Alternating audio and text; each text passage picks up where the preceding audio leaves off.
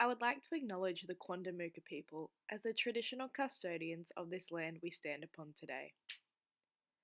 We acknowledge the waterways, the land, the sky, and all who inhabit this place. I would also like to pay my respect to elders, past, present, and future. Please be warned that there may be images of deceased persons throughout this digital story.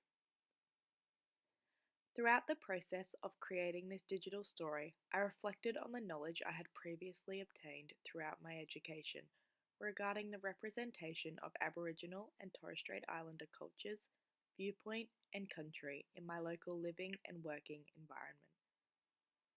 Along with the knowledge I had already obtained, I went and explored my living environment and found a lot more visual representations of traditional culture, stories, and country than knowledge.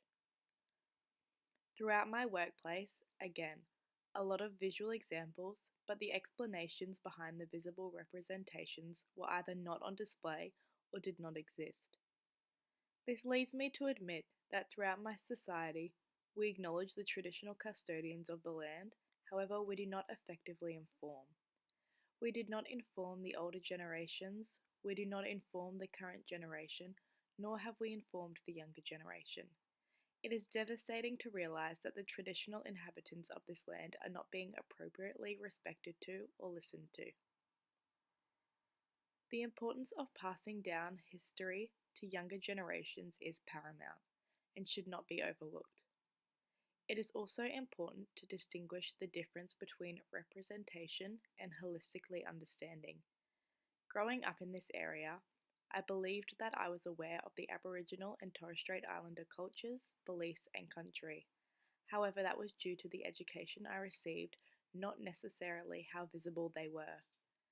Throughout this process, I have become aware that my knowledge was extremely shallow and had minimal substance to it.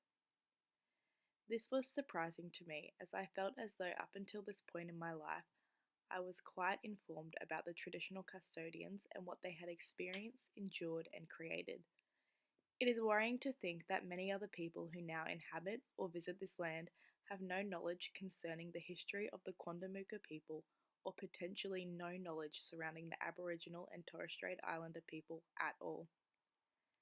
As mentioned previously, prior to researching and exploring that area I grew up in, currently reside in, and also work in, I believed that my knowledge concerning the history of the Quandamooka people was quite in depth.